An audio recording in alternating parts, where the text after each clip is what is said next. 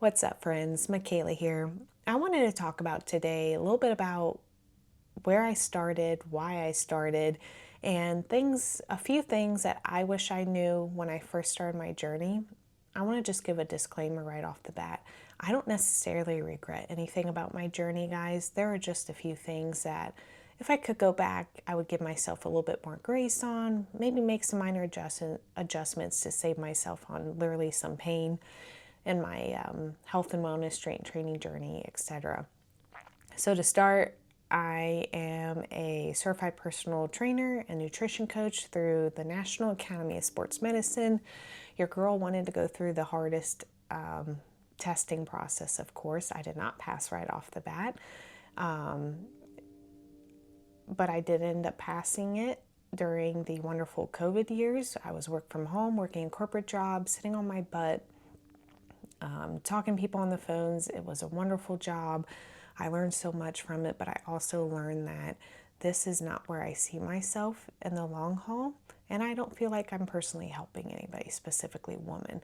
So I ended up finally getting my personal training certification. What led me to wanting to do that rather than working in the corporate world was I was a wellness coach for the local YMCA during college, and I saw a woman knocking out unassisted pull-ups. I mean, I'm talking grown woman knocking out assisted pull-ups at my local Y during a shift. And at that time, I would get on the treadmill, walk for a little bit, run, get on some basic machines and whatnot. And after I saw that woman doing that, I was like, what I'm doing currently is not going to get me to be able to do what she's doing. And I want to be able to do that. So at the end of my shift, I put on my gym clothes and I said, I'm walking my butt to that freeway area. And you could say the rest has been history since. I did it imperfectly. I did it scared. I was willing to take advice and criticism from, my gym bros and girl bros or gym chicks, I don't know, at the time, and was able to perfect my form over the years, recorded myself, my form, went through some back pain and whatnot, literally watching myself in my form, corrected those things, and yeah, I got my certification and I love it. I love the health and wellness space. I love that there are so many different exercises, ways of doing things. Everybody has a different starting point. Everybody has a different routine that works for them. And that is the beauty of my message of wanting women to live a long, healthy, sustainable lifestyle, guys, to where you can enjoy the foods, but you also enjoy the exercise. You get addicted to the gym and you get so much motivation from seeing the little progress rather than just the number on a scale and obviously what you see in the mirror. So yeah, that brought me to get my certification, and I love chatting about and motivating and coaching women on the sustainable lifestyle, the mindset behind the whole mindset shift behind making it a lifestyle, guys. Choosing to exercise, choosing to intentionally move your body, choosing the small, non glamorous things that people don't typically talk about, such as being the one in the office space that goes for a walk during your work break, being the one that gets outside when it's cold, when it's rainy, and it's like, I need some movement. Really reading and knowing your body enough to know what it needs. You're not feeling the greatest, you choose to take a rest day, you don't beat yourself up for it. You walk into a new gym to where you can reflect back on when you first started and be like, I was terrified walking in the gym. And now it's, I'm not going to look perfect. I'm going to look stupid trying to figure this machine out. But let's be honest, most people don't care because I didn't care when I started. So it's a wonderful journey, and I just have adored women and watching them in their different phases and really seeing that mindset shift of I'm not here for a quick fix, detox, tea. That's not going to get me to that long-term sustainable lifestyle change. I'm in it for the mindset shift, the emotional shift, the spiritual shift, and obviously the physical shift. And I want to encourage you, as if you are somebody watching this video and you're just starting your journey, I'm turning into a little bit of a yapper, but some things that I wish I knew when I first started, guys, is to truly give yourself grace and the time and the attention to learn and to drop that ego a little bit and be willing to ask the questions. Again, I saw a woman knocking out those unassisted pull-ups. Was I able to step in? Did I immediately start trying to do pull-ups? Absolutely not. But giving myself the grace and being willing to, I could have went up to that woman and said, hey, just curious about your journey and whatnot. For example, I was on the clock still at work, so not sure if that would have been part of my work shift and whatnot, but just being willing to talk to people and be a little bit more social. Obviously, in any social setting, it's a little bit more difficult when you're meeting new people and stuff, but just willing to give myself grace, talk to more people, learn more about their experiences, because even to today, obviously, I love hearing those things, asking questions, and I'm so inspired by women who are able to do hard things, mothers now that I've had my own child and just going through postpartum and seeing what women's bodies and our minds are truly capable of. It's a beautiful thing. Another thing that I wish that I knew, and I think that most people know, but it's again probably a pride and ego thing, but give yourself time and grace to learn the movements, guys. It's called progressive overload for a reason. And a big one, there are other things that can lead to more progressive overload outside of weight. And, I went to the gym with my husband and brother-in-laws and more experienced people and stuff who can push more weight and stuff. And I am a competitive person, but I try to keep up with people, and again, leading to why am I having lower back pain when I'm doing Romanian deadlifts or deadlifts, and I'm recording myself in my head. I'm like, okay, my form looks pretty good, but you know what, guys, pretty good will cost you in the long run. And looking back on those recordings, I was literally holding 15-pound dumbbells at Lifetime, where I was working out at the time, recording myself, and I was just going way too low on my Romanian deadlifts, and I'm not pushing my hips back enough and focusing on my glutes part. I'm expecting my back to take over a little bit, and that was hard for me because I'm like, okay, I see these other girls pushing 50 plus pounds in each hand, and I can't even do 15 without,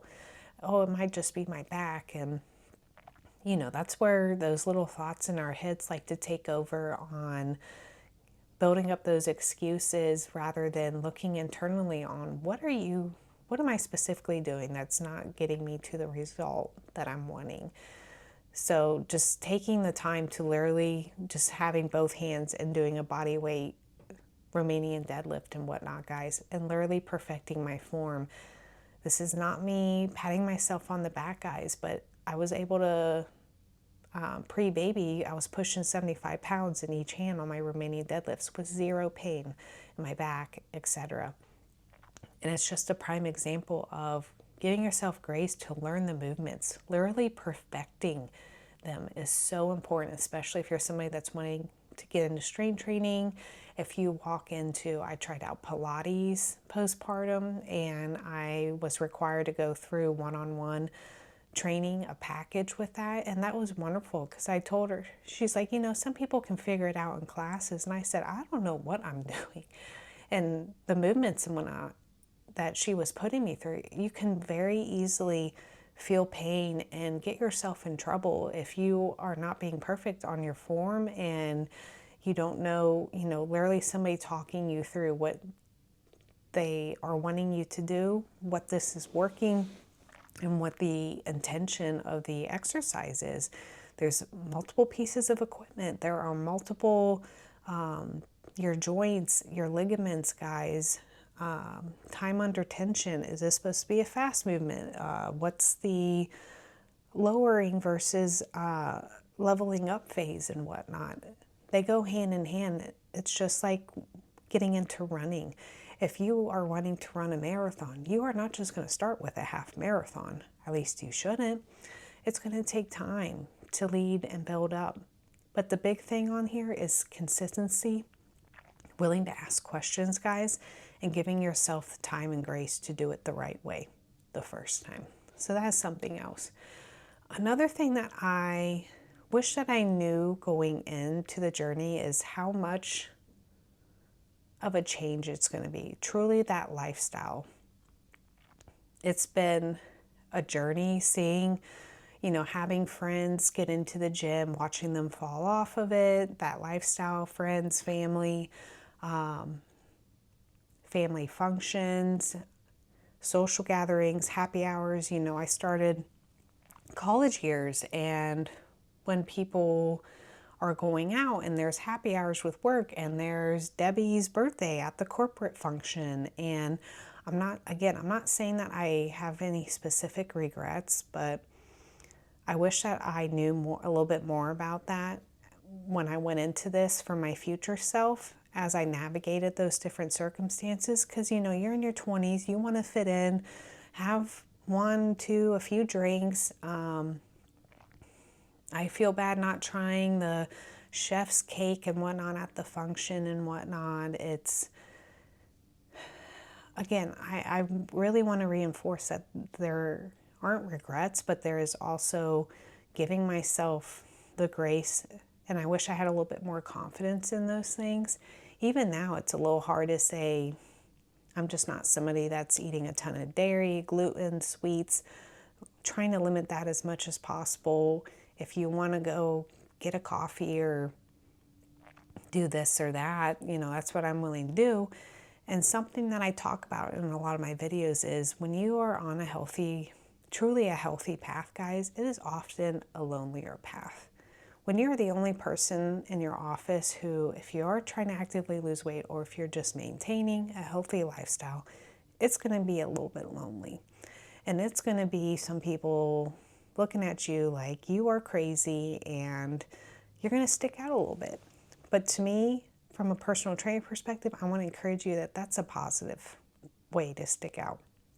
And I just wish I had a little bit more confidence and grace for myself again as a post-college student going through these transitions in my health and wellness. I'm at the gym multiple times. I'm wanting to learn more about it. I'm meal prepping, eating healthier, and saying no to some things, but also saying yes more out of obligation, not because I actually wanted to do them. And a lot of younger women, it's a trait in most of us. We want to fit in. We want to do what everybody else is doing. And if you look at the state of our world, specifically the United States, and our health and wellness, I do not want to be like most people in America in regards to health. I don't want to be part of that norm. I want to be the one that sticks out, literally, with my health and wellness and my weight and my strength and being able to keep up with, I still am competitive and like to keep up with the boys, the gym bros and stuff, guys. So yeah, that's something else. It's just giving myself a little bit more grace in that aspect. And the last thing I wanted to talk about is the idea of nutrition, macros. It is so overwhelming. It really is, even coming from my perspective. I am not a dietitian. It is not part of my scope as a personal trainer or nutrition coach to give you a calorie plan, food plan, meal plan. I can just give general recommendations. But going back to the last point on giving myself a little bit more grace, this is more, food is hard. We live in a country where there is food literally manufactured to get us addicted, to get us to want more. And I believe that we've had recent progressions in this area with the food pyramid, having more protein as the priority. Obviously, less processed foods at the top, whole foods, and then processed junk at the bottom. And I just want to reinforce the idea behind I feel like it's common knowledge. It is not rocket science to eat more whole foods, prioritize those consistently. And as I exercise more, I'm more inclined to eat healthy. When I eat more healthy whole foods, I have more energy to work out. My workouts are better. I'm fueled better. And I just want to touch on the point of don't overcomplicate food. You know, when I first started, macros, if it fits your macros, was a huge thing. God, the amount of Pop-Tarts I ate before my workouts, then that's a whole other story. But reinforcing of not complicating it. Eat more whole foods. Eat more boring foods. You're going to stick out again. It is not going to be fun. Of course, I would rather order a pizza and eat this or that and have a Pop-Tart before a workout rather than the rice cake and banana, blah, blah, blah. But I feel like I did complicate things, and we did complicate things on hitting a certain number, hitting, you know, your plate should look like this and this portion size. I am not saying those people that count macros, you know, that's a wonderful tool and whatnot, especially if you're just getting started to give yourself an idea on portion sizes. But currently in this stage of life, just not complicating things, and therefore being an encouraging person for other people to not overwhelm them. Prioritize protein at every single meal. I drink a ton of water. Do I have a sugary coffee every once in a while? Yes. Do I drink my coffee every single day? Yes. Do I enjoy some nice foods every once in a while? Absolutely, I do. But for the most part, guys, I'm eating whole, nutritious foods.